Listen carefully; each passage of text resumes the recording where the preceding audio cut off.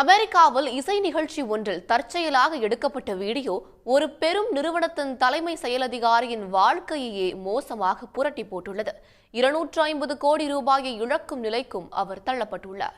அமெரிக்காவின் மாசாச்சுசெட்ஸ் மாகாணத்தில் நடைபெற்ற கோல்ட் பிளே குழுவின் இசை நிகழ்ச்சியில் பிரபல பாடகர் கிறிஸ் மார்டின் பாடிக்கொண்டிருந்தார். அப்போது கூட்டத்தில் இருந்த ஜோடி ஒன்று கட்டி அணைத்தபடி இருந்தது பெரிய திரையில் காட்டப்பட்டது. இந்த வீடியோ வேகமாக வைரலான நிலையில் அதில் இருப்பவர்கள் யார் என தோண்டி துருவ தொடங்கிய நெட்டிசன்கள் அவர்களின் அடையாளங்களை வெளியிட்டனர்.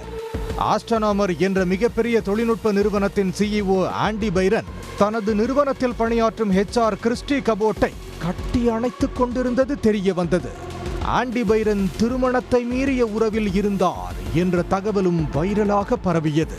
இருவரையும் கட்டாய விடுப்பில் செல்ல அந்த நிறுவனம் அறிவுறுத்திய நிலையில் ஆண்டி பைரன் தனது பதவியையே ராஜினாமா செய்தார். கிறிஸ்டி கபோட் தனது லிங்க்டின் கணக்கில் ஆஸ்ட்ரோனாமர் நிறுவன பெயரை நீக்கினார்.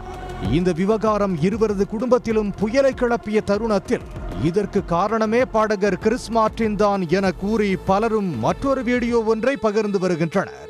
அந்த இசை நிகழ்ச்சியில் பாடிக்கொண்டிருந்த கிறிஸ் ரசிகர்களை நோக்கி கேமரா செல்ல போகிறது என கூறிய சில வினாடிகளில் தற்செயலாகவே அந்த காட்சியில் ஆண்டி பைரன் கிறிஸ்டின் கபோட் தோன்றினர். கிறிஸ்டின் கபோட்டுக்கு 2022 விவாகரத்தாக்கி இரண்டாவது திருமணம் செய்து கொண்டார் என கூறப்படுகிறது.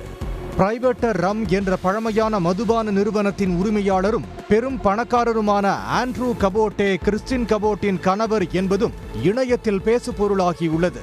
அதே நேரத்தில் ஆண்டி பைரனுக்கும் அவரது மனைவிக்கும் விவாகரத்தாகும் சூழல் ஏற்பட்டுள்ளது. அவ்வாறு இருவரும் பிரிந்தால் தனது சொத்தில் பாதியான 250 கோடி ரூபாயை மனைவிக்கு அளிக்க வேண்டிய இக்கட்டான நிலைக்கு ஆண்டி பைரன் தள்ளப்பட்டுள்ளார். உடனுக்குடன் செய்திகளை தெரிந்து கொள்ள சன் நியூஸ் பெல் ஐகானை கிளிக் பண்ணுங்க.